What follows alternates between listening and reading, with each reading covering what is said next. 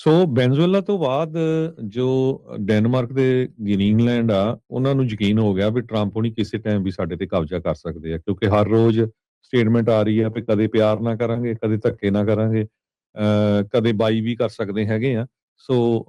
Immediately Denmark ਤੇ Greenland ਦੇ ਜਿਹੜੇ ਆਫੀਸ਼ੀਅਲਸ ਆ, ਉਹਨਾਂ ਨੇ ਹੁਣ ਰੂਬੀਓ ਦੇ ਨਾਲ ਮੀਟਿੰਗ ਰੱਖੀ ਹੈਗੀ ਆ। ਕਹਿੰਦੇ ਭਈ ਅਸੀਂ ਇਸ ਦੇ ਬਾਰੇ ਜਿਹੜੀ ਆ ਗੱਲਬਾਤ ਕਰਨੀ ਚਾਹੁੰਦੇ ਹੈਗੇ ਆ, ਕਿਉਂਕਿ ਟੈਨਸ਼ਨ ਕਾਫੀ ਤੇਜ਼ ਹੋ ਚੁੱਕੀਆਂ ਆ, ਜਿਹਦੇ ਵਿੱਚ ਵਾਈਟ ਹਾਊਸ ਨੇ ਤਾਂ ਇਹ ਕਹਿਤਾ ਸੀ ਵੀ US military is always a option. So Greenland NATO ਦਾ ਮੈਂਬਰ ਆ,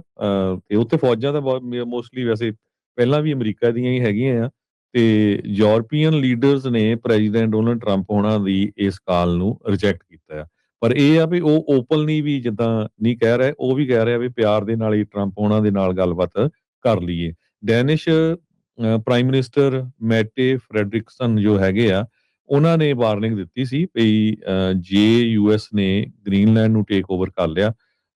ਤੇ ਉਹ ਇੱਕ ਤਰ੍ਹਾਂ ਦੇ ਨਾਲ NATO military alliance the and ਹੋਊਗਾ। ਸੋ ਇਹ ਇੱਕ ਹੁਣ ਵੱਡਾ ਇਸ਼ੂ ਇਸ ਟਾਈਮ ਦੇ ਉੱਤੇ ਬਣਿਆ ਹੋਇਆ ਆ, ਤੇ ਯੂਰਪੀਅਨ ਯੂਨੀਅਨ ਦੇ ਜਿਹੜੇ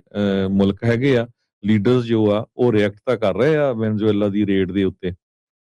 ਤੇ ਉਹਦਾ ਕੋਈ ਵਿਰੋਧ ਨਹੀਂ ਕਰ ਰਿਹਾ। ਈਵਨ ਜਿਹੜਾ ਅੱਜ ਟੈਂਕਰ ਵੀ ਜਿਹੜਾ ਇੱਕ ਤਰ੍ਹਾਂ ਦੇ ਨਾਲ ਆਪਣੇ ਕਬਜ਼ੇ 'ਚ ਲਿਆ ਅਮਰੀਕਾ ਵਾਲਿਆਂ ਨੇ, ਯੂਕੇ ਨੇ ਸਟੇਟਮੈਂਟ ਜਾਰੀ ਕੀਤੀ ਆ ਵੀ ਉਹ ਠੀਕ ਆ, ਵੀ ਵਧੀਆ ਕੀਤਾ ਆ ਵੀ ਇਹ ਜੋ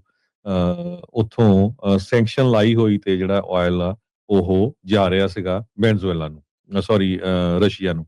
ਸੋ ਯੂਕਰੇਨ ਦੇ ਜਿਹੜੇ ਪ੍ਰੈਜ਼ੀਡੈਂਟ ਆ,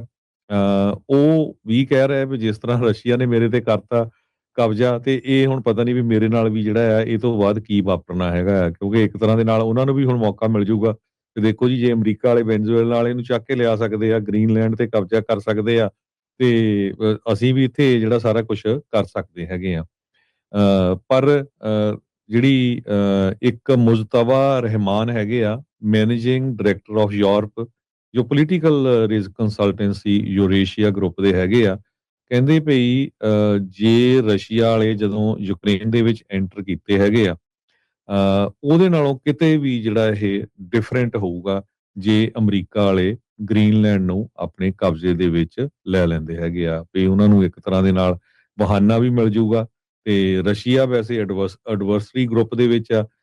ਅਮਰੀਕਾ ਵਾਲੇ ਗ੍ਰੀਨਲੈਂਡ ਡੈਨਮਾਰਕ ਦੇ ਨਾਲ ਹੈਗੇ ਆ, ਤੇ ਜੇ ਨਾਟੋ ਮੈਂਬਰਸ਼ਿਪ ਟੁੱਟਦੀ ਆ ਤੇ ਕਹਿੰਦੇ ਵੀ ਚਾਈਨਾ ਨੂੰ ਵੀ ਜਿਹੜਾ ਕੋਈ ਫਰਕ ਨਹੀਂ ਪੈਣਾ, ਕਿਉਂਕਿ ਚਾਈਨਾ ਵੀ ਅਮਰੀਕਾ ਤੋਂ ਹੀ ਡਰਦਾ ਹੈਗਾ ਆ। ਚਾਈਨਾ ਵਾਲਿਆਂ ਨੂੰ ਵੀ ਪਤਾ ਆ ਵੀ ਜਿਹੜਾ, ਜਾਂ ਰਸ਼ੀਆ ਵਾਲਿਆਂ ਨੂੰ, ਤੇ ਅਮਰੀਕਾ ਜਿਹੜੀ ਆ ਇੱਕ ਤਰ੍ਹਾਂ ਦੇ ਨਾਲ ਸੁਪਰ ਪਾਵਰ ਹੈਗੀ ਆ। ਡੈਨਮਾਰਕ ਦੇ ਪ੍ਰਾਈਮ ਮਿਨਿਸਟਰ ਜੋ ਨਾਟੋ ਦੇ ਮੈਂਬਰ ਹੈਗੇ ਆ,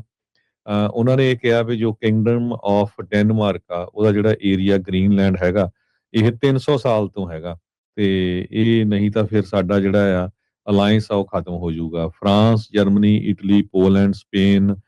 ਬ੍ਰਿਟਿਸ਼, ਇਹ ਸਾਰਿਆਂ ਨੇ ਇਹ ਕਿਹਾ ਹੈਗਾ ਆ,